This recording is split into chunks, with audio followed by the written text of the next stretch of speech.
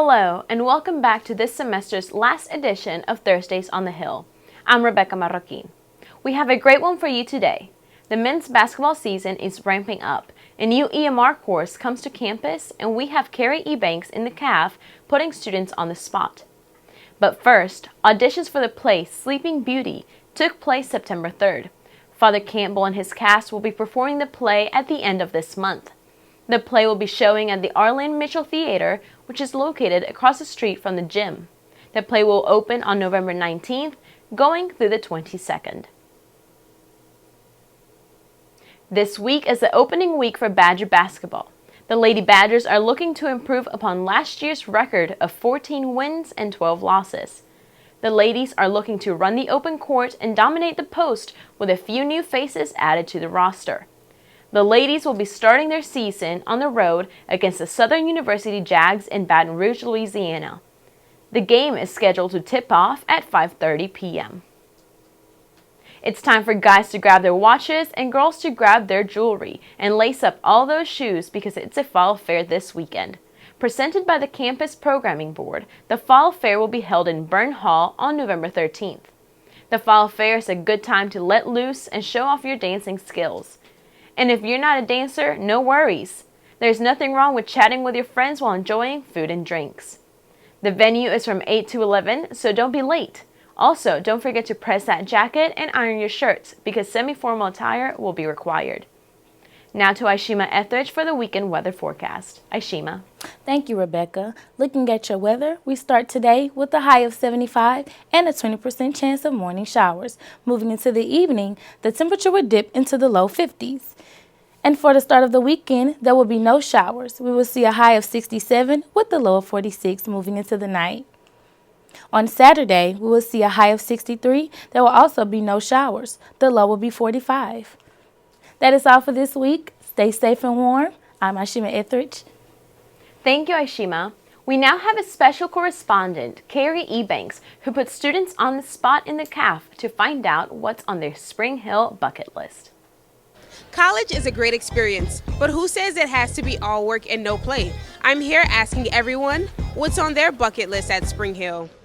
My Spring Hill bucket list, hey? It'd be to get a couple of A marks in my subjects. In Australia, we call them distinctions. I've never gotten any of them. I've just got passes, so it'd be nice to, get a few better marks. Yeah, I'm very academic. Probably the next thing I want to do is go out to Fuego and go to happy hour with my professors. I want to be in a sorority. I want to try new things and do new clubs. Yeah. I want to see the whole city from the top of the cupola. To go to the cupola. To climb on top of the cupola. My Spring Hill bucket list would have to be staying up and watching the sunrise from the cupola.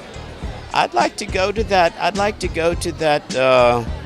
what do you call that, cupola that all the students get to go to and I don't get to go to because I don't climb up in the middle of the night.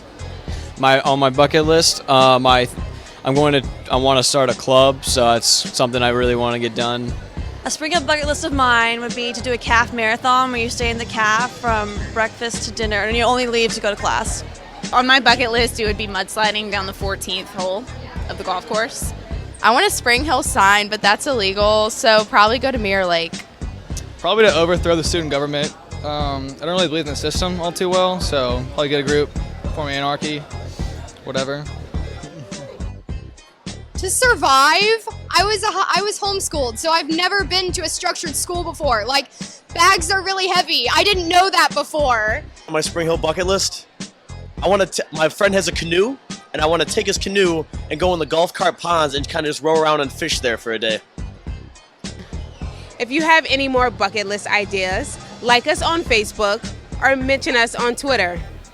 I'm Carrie Ebanks, and this is On the Spot. Now we have Fernando Soto, who will take you around the town.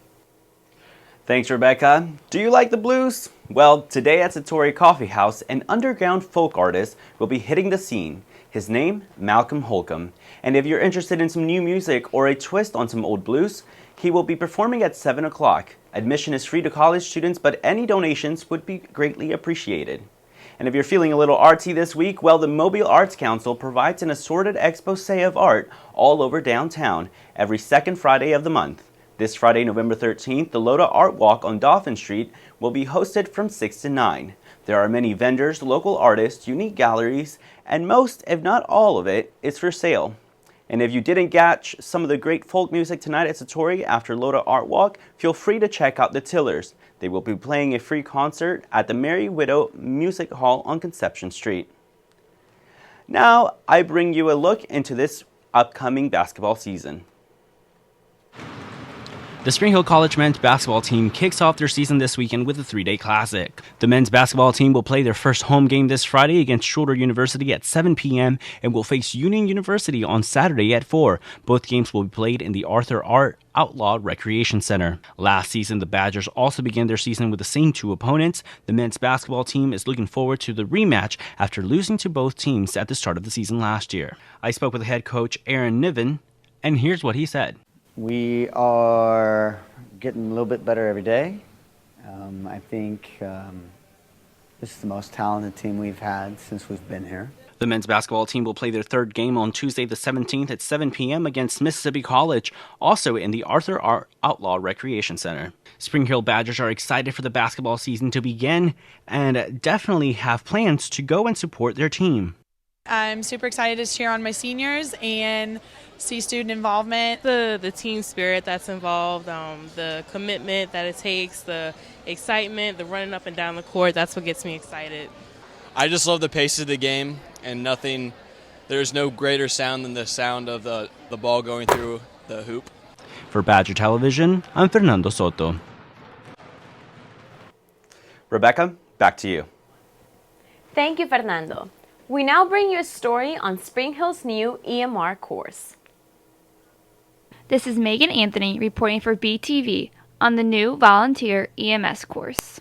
We're starting a volunteer EMS corps made up of students, public safety, and possibly staff and faculty if they're interested. And what we'll do is work from the EMR level, which is emergency medical responder, and train each member of the corps to be at least an emergency medical responder under National Registry.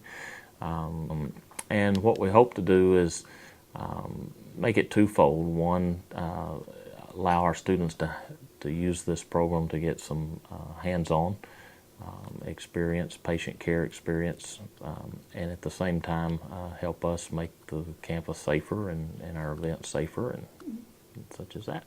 We talked to Dr. Fox as this thing grew and evolved, and she thought it would be a wonderful way for students to get hands-on volunteer hours that would help them for graduate school, especially in the medical fields.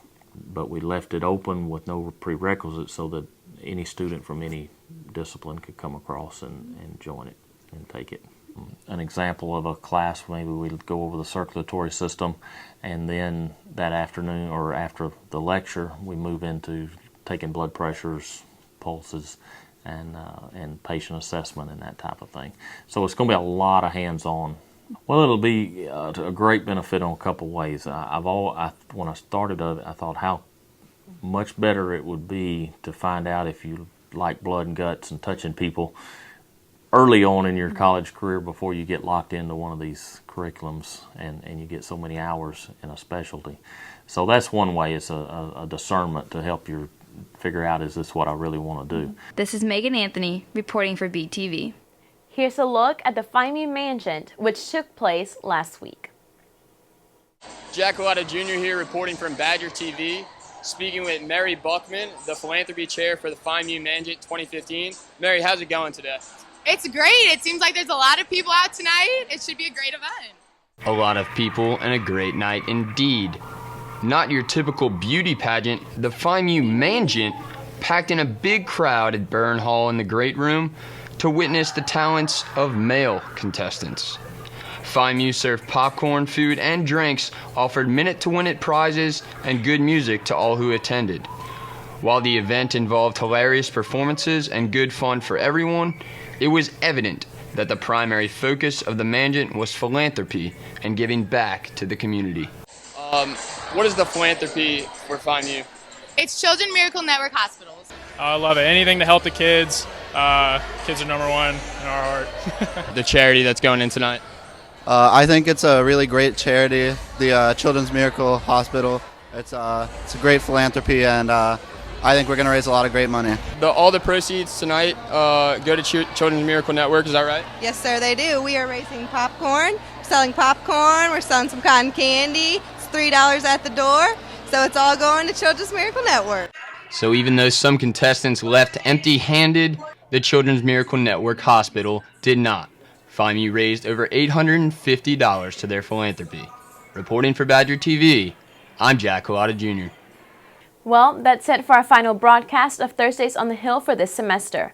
If you want more on these stories and some web-exclusive videos, make sure you visit newswire.newscoop.shc.edu. And follow us on Facebook, YouTube, and Livestream to stay up to date on everything Badger TV is doing. If you'd like to be a part of the news process, anchoring, creating video pieces, or news gathering, email us at shcmedia@shc.edu. Stay tuned for our broadcast next semester. I'm Rebecca Marroquin. Have a great week, Badgers.